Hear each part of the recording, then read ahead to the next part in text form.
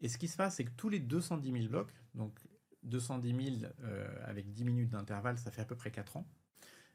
À ce moment-là, on divise par deux la rémunération d'un bloc. C'est le protocole qui a décidé ça. Ça fait, on va dire, comment dire, une forme des montants perçus par les mineurs qui, en gros, va monter avec une asymptote.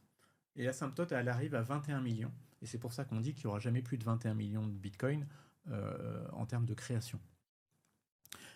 Et ça vient juste du fait du... Alors, je ne sais pas pourquoi 21 millions, d'ailleurs, c'est un peu bizarre, ce chiffre-là. Il doit y avoir une explication, mais je ne sais pas pourquoi. Mais globalement, si on fait la somme des 210 000 fois la rémunération qui est divisée par deux à peu près tous les 4 ans, on arrive en 2140 avec la création de 21 millions. Et après, au-delà, il n'y en aura pas plus qui seront créés. Ok. Voilà. Et donc, le fait de diminuer par deux la rémunération tous les 4 ans fait que votre mineur, qui est quand même un industriel, c'est quelqu'un qui doit acheter des cartes graphiques ou Il a investi dans donc il investit dans du hardware. Mm.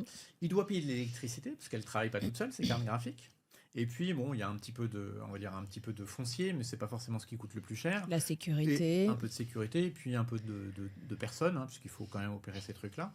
Mais le gros de la dépense, c'est plutôt l'électricité. C'est un énorme business maintenant.